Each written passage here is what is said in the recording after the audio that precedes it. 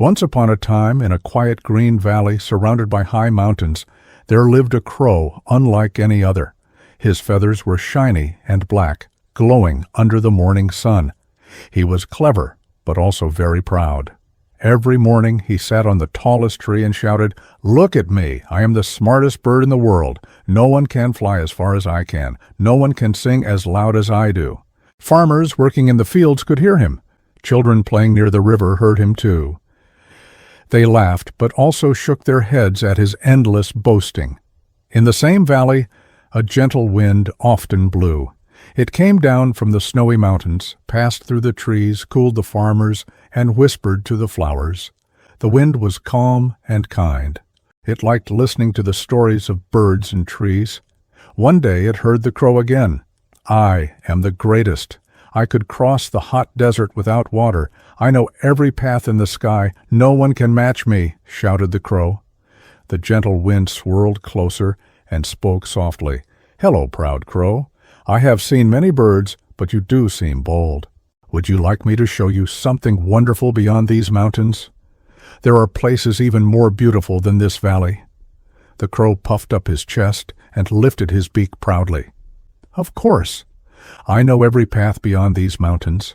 I have flown them all, but if you want, take me there. I will not be afraid."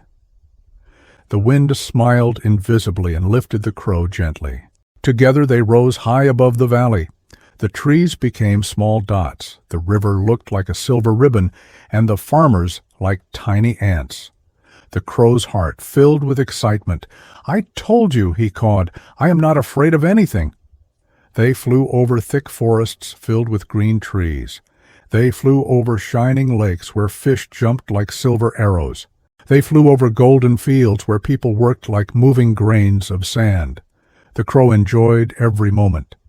He shouted proudly, "See, I told you, I know everything. I have seen all of this before."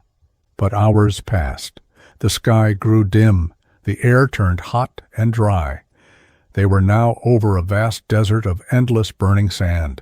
No trees, no rivers, no shade, only heat. The crow's wings began to feel heavy. He was thirsty. He was tired. "Wind," he croaked, "where is the water? Where is the land? When will we stop?"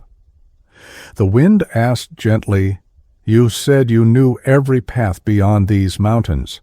Surely you know where the oasis is?" The crow hesitated. He had never flown this far. He had never seen an oasis.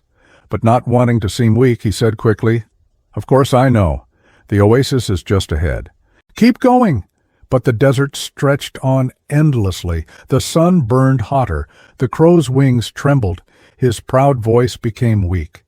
Finally the wind slowed and whispered, "You have been boasting and lying.